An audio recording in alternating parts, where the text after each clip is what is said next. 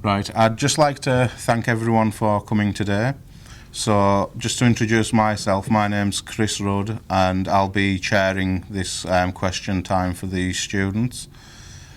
For the sabbatical roles. I have been the vice chair on the student council this year.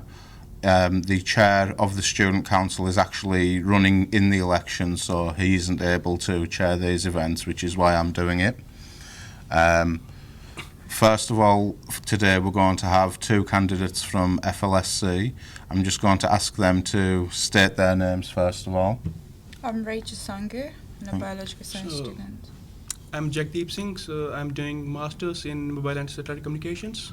Perfect. And the way that this is going to work is I'm going to ask questions of each of the candidates. They'll both answer the same question, and then I'll open the floor for questions to be asked as well.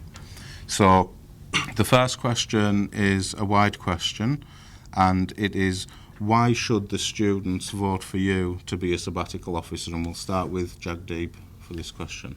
So I would say I've been here more than 4.5 years, so I've seen the university a lot. So the thing is this, so why I come up right now, because I've been watching something which was not being done properly. So like I would say the sports, so in the sport competitions we are in end of the list.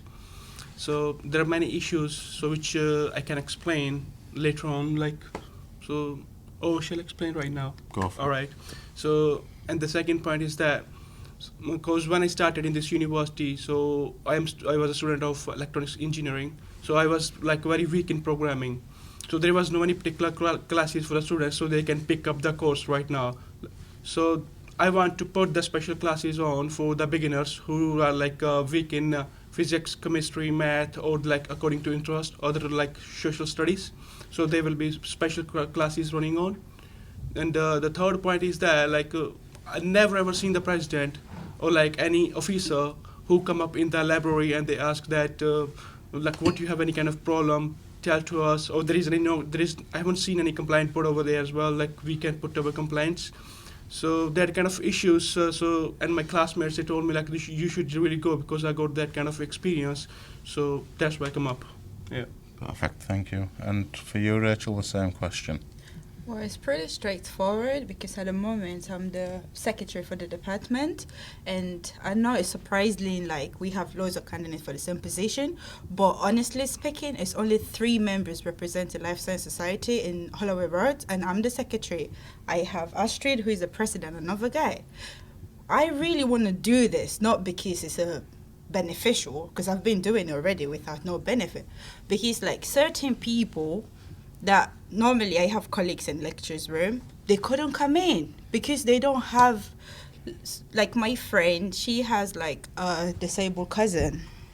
She have to look after the cousin, and at the same time she doesn't want to miss our lecture, like signing, so I have to sign in for her. She is present on the paper, but mentally she doesn't really gain anything that day. So I want to stand because I want to be their voice. I have certain ideas that I already know I'm going to bring to the table, that if hopefully they listen to me, it will actually make students in London Med enjoy their studies and not just earn a degree or attendance because somebody else signed them, or pass their exam because they copy or whatever. It's because they understand.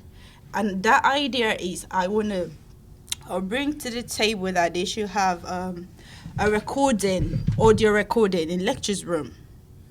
So in that case, if you can't come in, when you have time at home, you can go through the lecture slides on our webline as well.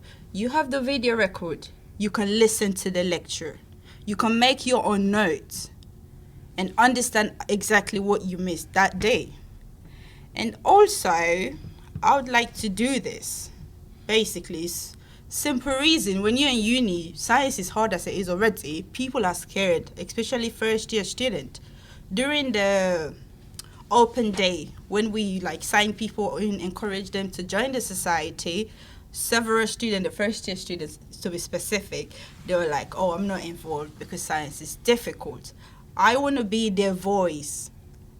The person... Thank you very much, Rachel.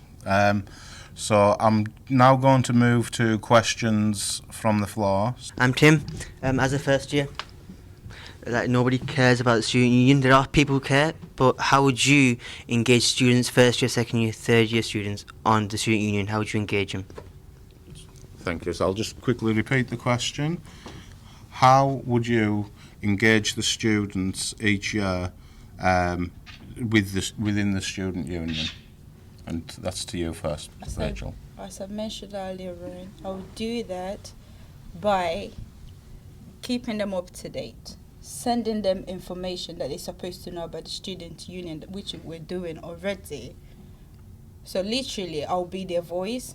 Whatever they needed to know from the student, I'll email them. They don't need to come in to get involved. I'll Right. be that person that will reach them out by email, which is very straightforward. That's how I would do that. Thank you. And for you, Jagdeep? First of all, I would say that when I started this university, so I didn't know that this university has lots of facilities. So firstly, I would start with the first year students. So tell them exactly briefing, like what are the available facilities in our universities. So when I'm a very good player of a cricket, but I didn't know that I can play for a cricket for our university because nobody told me. So like there are many particular, like some people they don't know even we have gyms inside our universities, and so that's a decision I would say, like it depends. So which is your interest? So how it goes in future. So we will go to each like first year classes or to second year classes. So we'll get some points. So which points needs to be covered? So then these points will be sorted out. So the ideas new. It depends. The time as time goes on. So you will get new people. New ideas will come. So that's how we're gonna apply. Perfect. Thank you very much. Thank you, Chris. My name's Marco. How are you? Both Sounds good? Yeah. So my question is A, what challenges do you think students face next academic year? And B, what challenges do you think the Students' Union will face in the next academic year? And if you have any ideas how to solve them. Thank you. So just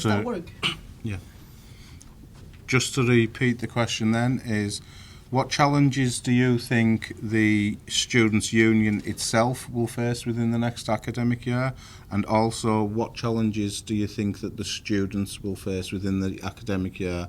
And what would you do to try and help solve those challenges? And the question will go to Jagdeep first. So I will do some comparison with the other university. Like we will take first London Met. On the other side is called the University of Hertfordshire. So I have seen like they have plenty of courses which they are doing internship or like training placements. But in our university there is no any kind of any engineering course or any other course like which they are doing like internship or the like any placements. So first of all we will try to commence that with the studies because I already talked with my teachers, professors. So the challenge for the student union will be like that how they deal with the other students because like I will be working on a faculty of life science and computing. So I don't know really about science modules. So but this would be the challenge for me if I got elected for the sabbatical officer. But it will be sorted out hopefully. Thank you. And Rachel? Wow, challenges. We need the student union first, as you mentioned earlier on. The challenges they will face, I would say, is student not being able to know what's there for them. To me, I think as a student union body, it's like they're finding it difficult if they don't have a face that will reach the student. So I think that's a great challenge, which is why I'm here. If you vote for me, I will be that person that will let you know of what's really available to you. As my colleague mentioned earlier on, students are really like, they don't really have much an idea of what's going on around the university. So I think the student union body is a challenge they're facing. That's question one. That's how I will go about that. And what was the second B again? The part was, what challenges do you think that you will face? The students, will face. Challenges students will face, as I mentioned earlier on, at the beginning, is about not being able to make it for lecture. At the same time, you want to do things. And obviously, it's due to situation beyond their control. They can't really do anything that they're not in. I think that's a challenge already, which is already going on, not what they're going to experience. They're really experiencing it already, which is why I'm asking, just let me work for you. I'm ready to do it willingly and genuinely. So, and I'll bring that to the table, to the panel that make decision. I'm here to make sure your experience in London Met a really, really interesting one. Excellent, thank you. And I'm just going to have one last question. I'm Tim. I'm a star for my course, and I'm wondering, if you are elected, how will you communicate with stars, and have you got any plans for stars in your faculty that you're going to go for? So, just to repeat the question, what will you do for stars? What plans do you have to work with the stars in the next coming year if you are elected? When you say stars, as in? Academic representatives. Or like class rep and Exactly. stuff. Okay. Well, I'll work with them hand in hand, like work beside them, so that we can be able, because many hands make light work. So, can you repeat the question again? Yeah. No, it's okay. So, how do you plan to utilise the stars in the next academic year, and what do you think that you'll be able to bring for them to be able to help them to do their job? Okay. Now I understand. It's a continuation of what I'm already doing. I would be working with them, as I said earlier on, whatever the student needed to know, because they're representing different lectures, different class, different module. So what I would do, I will link with them, forward them any information they are able to give to their direct class, because, as I said earlier on, many hands makes light work. So if I send them information, and they would be able to give it to everyone, and whoever I have contact with, I'll spread it out as well, and everyone will literally gain a good understanding of what the student union are there for. I would work with them in short. Thank you very much. And Jagdeep? So I would say email is the best communication system nowadays. So firstly, I will send them email and I will ask them, whatever you have points, just send me. Then we will manage the meeting in the one room. Then we can sort out the points, like what they're thinking, what they're going to plan in future. So especially what I'm planning, this is my thinking, that I have seen no even star member, no even any London Met SU member in library. I haven't seen them like they're shouting for the students. Is there any student who have any complaints? Is there any students who wanna like something change? So that's my point, that I will go to library, I will go to Cafe Piazza, like where the people you can meet easily. So I will shout over there, is there any thing that I can do for you? So that's the best option, you can get the points. So you can work out on them.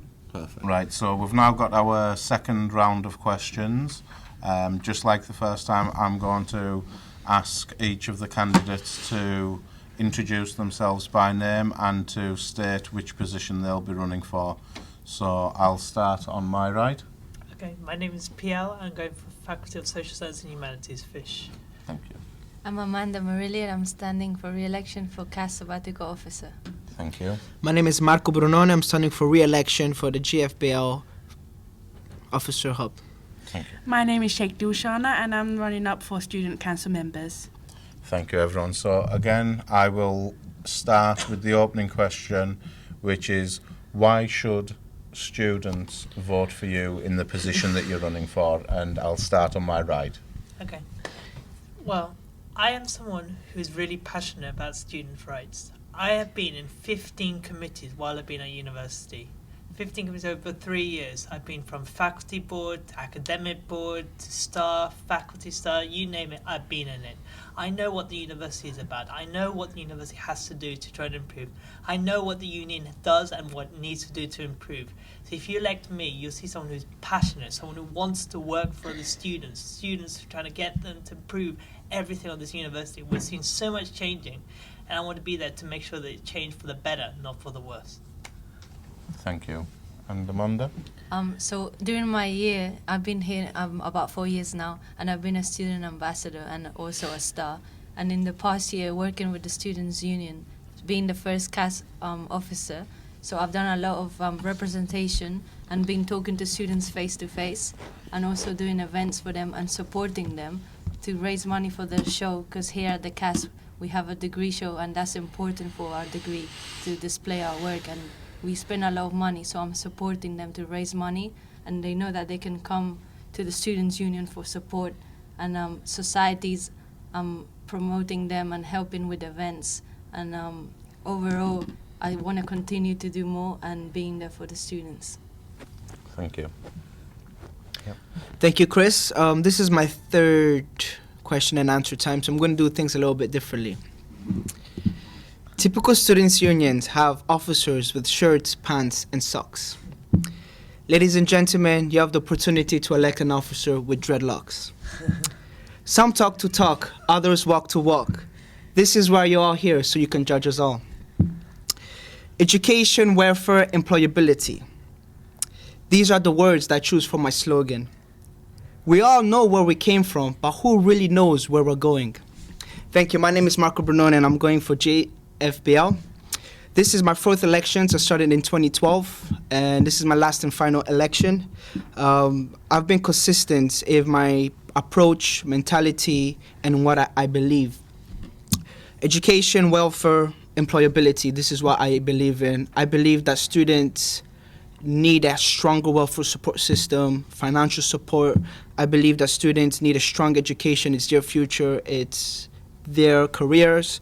And I believe that students should leave London Met with a strong prospect of employability. So they should be comfortable applying for jobs, and they should be really one of the key candidates for the jobs that they want to apply for. So that's me, Marco Brunone. Please feel free to look at my manifesto on the Student Union website. And thank you very much. That's all. Thank you. The reason I'm nominating myself for student council members, because this is my first year at university. Obviously it's a beginner's thing, and I want to help the students now and the future who's going to be in my place from next year, and any help that they need, I'm always there. I'm the person who will approach to the future student and student now. If they need any help, I'm always there for them. Any requests for the staff or just for the union or society, I'll be there for them. But yeah, that's it. Thank you very much. Thank you. So the next question that I'm going to ask, and we'll start with Marco this time and then move around in that way, is retention numbers and numbers of students have been falling in London Met and in universities across the country. What would you try to do to combat that in your role as that you want to be elected for? Thank you very much, Chris. That's an excellent question. If we're talking about numbers, I'm going to name you some numbers. On the recent report by the IVES, Advice and Information on Funding, the report stated that 95% of students that had access to hardship funds actually completed the 3-year course of education. Prior to that, the year before that, in 2013, 93% of students that had access to hardship funds actually completed their education. So these are very key indicators. This year, key information this year, recent stats is only 240 students have applied for hardship funds so far. 11 students have applied for the crisis funds and only about 17 for the crisis loans. I believe that to tackle the issue about retention, we need to tackle the issue about welfare. We need to tackle what students really suffer, the issues around that. And students need jobs, need money to pay their rents, students need financial support. Students should not have, finance should not be a reason for students to not finish their education. So I believe that welfare plays a key major role. And in most hubs, most of the queries and complaints and questions have come around welfare. Secondly, retention. I believe that students should feel happy, comfortable with their facilities and with the education in general. If you let students down in the first semesters, and if they're not happy about the quality of their education, they're going to leave and go somewhere else. There's a very highly competitive education market out there. There's a lot of universities. Fees are roughly the same, so there's options for students. So we got to improve overall facilities at London Met, overall education in London Met, overall teaching in London Met, to make sure that students stay and the students are happy. Thank you. Thank you. Yeah, Chris. Yeah, basically, as Marcus said, it has been difficulties for students not coming in because of the difficulties.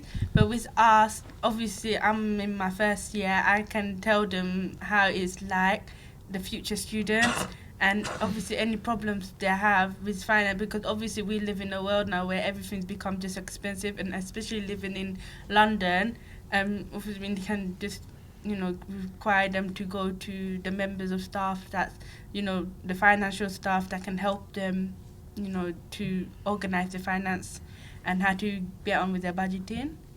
And also for the welfare, they can, they just come to me with basic rules, because obviously I'm on for my nomination as student council members. I can only just refer them to go to the higher position, but also I can give them details about and from the information that I get from the teachers and the staff. Thank you. And PL? Thank you very much, Chris, for the question. I would echo a lot what Marcus said. However, I would like to push one other area that I would like to think. I would like to see an expansion in the mentoring scheme, because I think the mentoring scheme, can be really beneficial for students. I don't think just for first years, I think for second years. We also get a high problem of students dropping out in the second year because they find it tougher in the second year to try to see what the requirements are and the thing. So I would say that third years could play a big part in trying to retain lots of students. So I would like to expand the mentoring scheme. I've already seen it for myself. I'm a mentor at this university, and I've already seen the benefits of that. People already coming up to me saying that they're finding things easier now. They're trying to work, their works are getting easier because they know how to do things better. So if we can try to expand the mentoring scheme, we do a lot of the welfare things that Marco was talking about, we can try to improve this university for the better. Thank you. Amanda? Well, everybody said different things. Obviously, welfare is very important, and mentoring I agree with. And there's also been introduced a new internship scheme that's got over 40 graduates working at London Met as an intern, and that's really good because it just gives you the experience and you get paid, and there should be more jobs for like students during their course as well, like student ambassadors, and the student union helps with that, and we recruit new ambassadors every year. So we need more of that, especially at the CAS. I was the first CAS ambassador when I was a student, and now we got more. So we have to fight for more jobs and mentoring, I also wanted to work with the volunteering to get more art jobs into the faculty CAS, because they need more experience. So the volunteering jobs can help as well, getting more involved with the CAS as well. And the NSS feedback, obviously it's important because we're helping, a student union, we're helping raise awareness about that, because it's important. If we just focus on what could be better, and which is something that will improve, and it's you have to think about the future people who will come to the London Met, and like for example, the Commercial Road building will be moved to Calcutta House in 2016. So that's a future plan that I'm working on now, and the new spaces will be available, and everything will kind of come together by then. But that's in the future. But we have to look ahead. Hi, I'm Tim. If you are elected or re-elected, how do you plan to work with the stars? Because I am a star and I'm really concerned about that. Thank you. So just to repeat the question, if you are elected, how would you plan to work with the stars to sort of try and better the union? And we will start with Amanda this time. Oh, okay. So yeah, at the moment we got a lot of stars involved, and I think we should keep doing more forums for them, and getting more feedback. We've just got feedback for Commercial Road library hours to be extended thanks to them, so that's going to happen next month. So the 24 hours library we've done as a student union team is amazing, and for the stars to be part of the feedback and telling us what is going on is something that we need to keep as a constant level of involvement from all the faculties. I think we should do, like, for the next term, all the forums from different faculties coming together and meeting, because we've just it's for faculty, so we're kind of, it's not sometimes not easy to get together or, you know, sharing ideas from different faculties.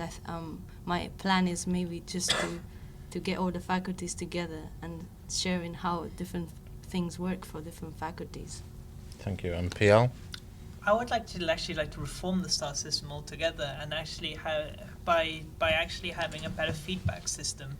And so when we have faculty forums, I would like to have teachers actually from like PIR, let's say, or some other part of the faculty there, so that actually problems can actually get sorted with them there, and actually them noting, not just hearing it from like a month later and then not hearing anything for 3 months. I think that's too slow and then people don't turn up for these events because they think nothing's going to be done. So I think we need to have a look at the restructuring of the STAR system, trying to make it more effective by actually trying to look at where we can actually try to make this feedback quicker and try to see if anything can be done properly quicker, I would say. Thank you. Okay, thank you, Chris. Basically, I've got friends in my class now who are stars, and they're doing a really great job, especially when they're in the first years. And for me to communicate with them, obviously we're going to have a lot of communication about meetings on the facility of the university. Like one of my staff was telling us, oh, do you need any help with any meeting? What should we tell the teachers about anything, any problems? So obviously there was one point where classes should be having more discussion instead of teachers having lectures. And in my class, in one of my modules, we're having more discussion now than actually listening to the teachers, because sometimes teachers do get fed up themselves that, oh, we keep talking and you all are quiet. So the more discussion is more better, more communication, learning to more about each other. So for me to communicate with the stars now, obviously is a great way of communication and a great way of making this university a better place. Thank you. And Marco? I would focus on 3 things. One would be an online platform where students can share their ideas, views, problems, and solutions. 2 is STARS Assembly, where stars themselves take the initiative to come up with their own meetings, topics, and themes to discuss. And 3, I'll say that the hub committee, the hub committees that are now subject to elections would play a key role in maintaining strong relationships with faculty stars, with the stars, and so on. However, the main basis, to me, the basic of the problem is there's no star community. There's no community for the stars to feel part of. And I believe that that's something that the Students' Union would work on in the following year. Thank you. Right, and I'm going to have one final question for you all, which is the university is one of the most diverse universities in the country. What would you do to try and, first of all, advertise that and then increase the diversity further within the university? And we'll start with PL on that one. Okay. That's actually a really excellent question, because we need diversity at our university, of course, is one of the most beneficial things that we have at our university, and I don't think the university does enough to try to celebrate what we have. So what I would like to do, if I get elected, is by integrating the mature students, the part-time students, and the students who are master students. They represent over 50% of the university. I want to do integrating activities which actually bring the student union, the students of undergraduate and the postgraduate together to have lots more activities together to try to celebrate the diversity of our university. I would also like to work with the international office to try to improve and do more activities with them, so that we celebrate this absolutely amazing thing that we have, which is the most diverse university in the UK. We should be screaming about this because it's such a great thing that we have at our university, and I would put that one of my top of my priority list if I win the election. And Amanda? My role, one of the roles that I have is media and campaigns and international students. So what I have done is collaborate with the international office, and I'm planning to do an event sometime this year to get all the cultures together and have a massive celebration of the cultures. And languages is amazing because there's so many people that speak different languages. Myself, I speak 6 languages, and when you meet new people every day, you just get inspired by them, and then it's just it's exciting to just meet people from different backgrounds, and I'm very passionate about different backgrounds, and everybody sitting here is probably from a different background, and yeah, I'm just really happy. Thank you. And you? Yeah. Okay. Yeah, for the university to be expanded and to have brightness, we need, obviously for my position, it's all about communication and marketing, a word of mouth. Obviously, if one says good thing, obviously someone else will say to another person, especially for future students, about how well this university is, how everybody should be together. And I think there's international campus, isn't it? Yeah, so for them to actually communicate all around the world, it would be a better for the confidence, for students, for the meet-up in any campus, like 3 of us campus in this city. And yeah, just make sure that this university is great enough. It's already great anyway, but we just need to celebrate it. That's the basic thing. Thank you. And Marco? Thank you. To increase the diversity at London Met, I think that applications and admissions should be tailored to specific countries. So have correct information, advice, and application procedure for someone in X country, someone from X country, someone from all over the countries in the world. That's where you target the diversity in London Met.